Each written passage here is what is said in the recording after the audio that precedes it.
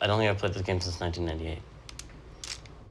We wanted everything about the interface. We wanted had like no interface, so everything was literal. Nothing was like a metaphor. Because you know, in a normal interface, the cursor is a metaphor for like your attention point, what you're looking at, and the highlight of a cursor is kind of like a metaphor for this is interesting, and your inventory, your verbs when they come up are a metaphor for what you're thinking about doing to that object. And we want everything to be just literal. So like when you're walking around, instead of highlighting things in the room, he actually looks at the thing when that came up. And we thought we were so clever for thinking of that, because there wasn't a lot of that in games at the time. Like 3D games were not a big thing yet. And so head tracking, even though all games head track now, like head tracking is really, really common now. It was not that common back then. But anyway, we thought we were totally geniuses for coming. Maybe we were geniuses. But we thought that was really cool. No, I think having so much time go by has allowed me to have a lot of time away from the game.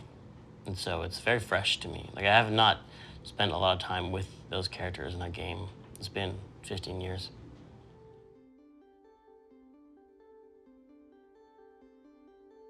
I was talking to a friend of mine who had spent her summer up in Alaska with all these bikers, and she was telling me these stories about being in this bar with Big Rick and Smilin' Phil and the things they would do, and it just sounded so, you know, out of the normal daily experience of most people. Yet people were kind of familiar with it, kind of like pirates and cowboys. They kind of are familiar with the genre of bikers, and so they could relate to it. But it was still bigger than life, and it would be an unusual experience. When Full Throttle was over, it was a big hit, and the studio wanted to make a sequel to it. They're like, let's do a sequel. And I was like, now I really want to make this game about the Day of the Dead. There were stories about how when you died, in Mexican folklore, you would be buried with a bag of gold on your chest, and then another bag of gold hidden in the coffin that you were buried in, so that when you went into the afterworld, the spirits wouldn't, steal the bag of gold, to be hidden in your coffin. As if this is the idea that you had to worry about thieves in the afterlife was so interesting to me, that you think those problems would be gone, you're dead, you wouldn't have to worry about that anymore. But crime in the afterlife just seems so intriguing. And I was also really getting into film noir. At times watching every film noir movie I could get my hand on, and going to film festivals and reading Raymond Chandler novels. And it was lucky that Full Throttle was a big hit, because it was kind of a weird game to pitch. I want to do this game entirely comprised of dead people, and I wanted to do that for years. And after Full Throttle was done, I guess because that game was a hit, I had a little bit of clout that I could make this crazy, weird game. And I was able to get GrimE Fandango launched.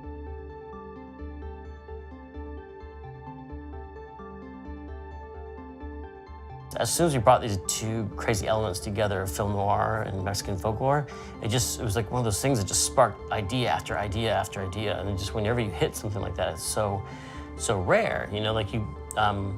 Sometimes you're just brainstorming, you're just like pulling teeth to have an idea of like, how are we gonna, puzzles or rooms or locations or characters. It's such hard work sometimes to come up with ideas to fill in the framework of this thing you're making. But with GrimE, it was like a fire hose. Like we couldn't turn off. It was just such a explosion of ideas and creativity on that project. It was really fun. It was a lot of people we've been working with before. The lead artist, Pete Sakel, he had been an important person on Full Throttle, and he was setting a high bar for the standards of the project. And Peter Chan, who had been working with us for a long time, and he was just this amazing, both creatively and also just the amount of work he produced. He just made drawing after drawing, just all creative ideas, and he really pushed everybody and inspired everybody to just really push ourselves to do stuff that no one had ever seen before. GrimE is my favorite adventure game that I've ever worked on. Let me show you guys something.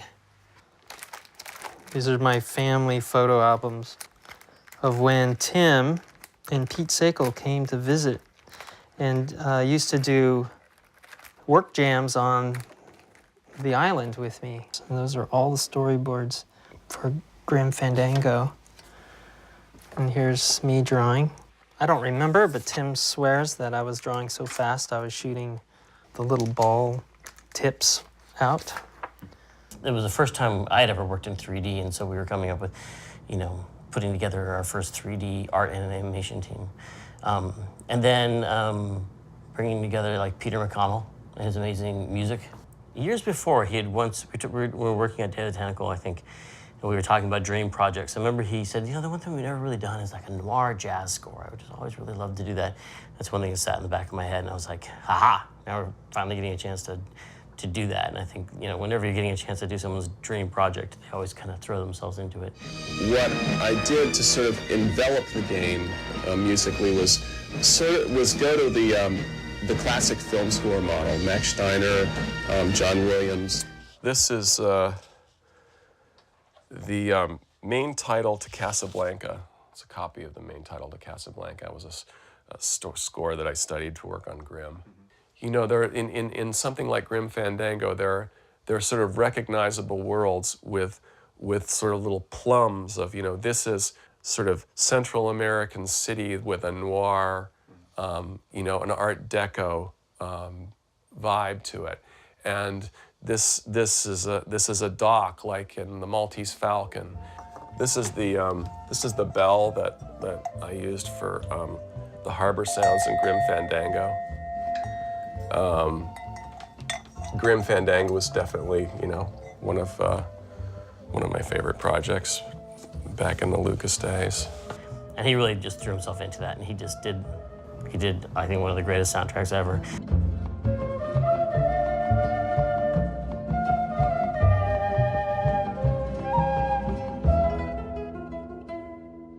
When you're working on a new game right now, I mean, what is it you're trying to do? I mean, better graphics, better sound, better interface. What's the sort of holy grail of gamers? Every game, we try to do more and more just a real story, a complicated story with a real human involvement. Like the new game I'm working on now, I try to do a story with just many more characters and that spans a long period of time for the characters' lives. It was a really challenging project. It was very ambitious. It was like a year late. A year and a half. I remember it took 3 years. Had a big crunch mode. It was back when crunch mode was a lot more, like now we really try hard not to have crunch mode, but at the time we're like, let's do it. Let's just work around the clock all the time. And I was working there, I would start writing like at 9 o'clock at night and just write until 3 o'clock in the morning. I would listen to like loud, heavy metal music in my office just to stay awake. You know, you go home, you go to bed, just when you lay down to go to bed, you hear the garbage trucks coming in the morning, you're like, oh, people are just waking up and I'm just trying to go to sleep, this is terrible. The team, like, by the end of it, didn't get along very well. Probably shouldn't have mentioned that. It was just we were just all working too hard. And, yeah, we're just working everyone too hard. But it was an exciting time because we felt like we were making something special. We really felt like we were making something really crazy looking because we just stopped, and every once in a while we would stop and take a look at the screen, and it'd be this skeleton with an orange face and like a Russian hat on, wearing a guard's uniform, standing in a sewer next to a Big Daddy Roth hot rod and a white alligator. And we'd be like, what is this thing we're making? This is insane. This is a crazy thing that no one has ever seen before.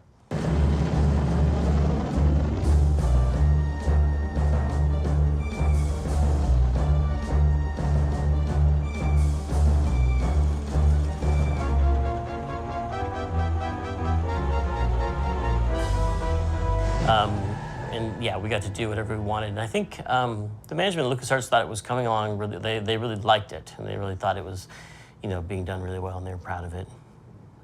At the time, it wasn't perceived as doing, you know, selling very well, although it met its internal numbers, you know. It was, you know, it made a profit because I got a royalty check for it, so it did make a profit. But I think in the industry, I remember it was used as evidence of why no one should make adventure games anymore. But it won a lot of awards. I won Game of the Year from GameSpot. That was awesome. Tim Schafer on my right, game designer for over 10 years. He worked for LucasArts Entertainment, where he designed GrimE Fandango. And so I decided to start my own company. And that's when I left and started Double Fine. We started the company in 2000. Yeah, and started working on this game, kicking around ideas for Psychonauts. Oh, what's that doing there? I feel like I own GrimE Fandango and Throttle in every possible way except for legally and technically. And it's like I went to Disney, I'm like, you guys, come on.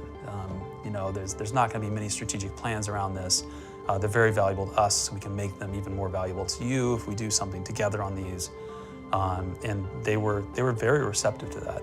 So that's where we are. It looks like GrimE's going to happen, and we're going to re-release a remastered kind of version of it. So with Sony. So Tim and I met with Disney and Sony, and we're agreed on terms for Grim Fandango. So yeah. And it happened. I couldn't believe we're actually here talking about it. I'm excited that people might actually see the game after hearing about it for so long. It was in print for a while, and then out of print, and probably not reprinted, and then it disappeared. And in the days of disc-based games, that was it. And then you just couldn't get it again. It's not like a digital game now where it can just stay online forever. It just vanished. You just couldn't find it. And it was so hard with those old disc-based games to keep them running. So it quickly became unplayable, wouldn't boot. People would have to, basically fans keep these things alive and support them for years. So it was really only the hard work of the fans that kept people able to play that game for years. But not just keeping them alive and playable, they're actually improving them. They made HD versions of the game. They made a point-and-click version of the interface, fix for some of the bugs in the game. They found some temporary programmer art that I was promised would never be found by my lead programmer. They did a lot of stuff to make the old game run better and play better. And so it's really the grace of the fans that keeps these things running. I would like to interface with the post-release community for Grim Fandango to utilize some of their enhancements. And this new version will hopefully take as much as we can of all that good stuff that's been done to Grim over the last 15 years and put it together. Because this, we fought hard to get the right to be the ones to re-release this. And now we have to live up to that. You know what I mean? Because this could have been done by someone else. And we have to prove that we were the ones to handle this correctly. So I don't want to take it for granted that I should get to do this because it was my game, but we know how to do this, this new edition of it correctly.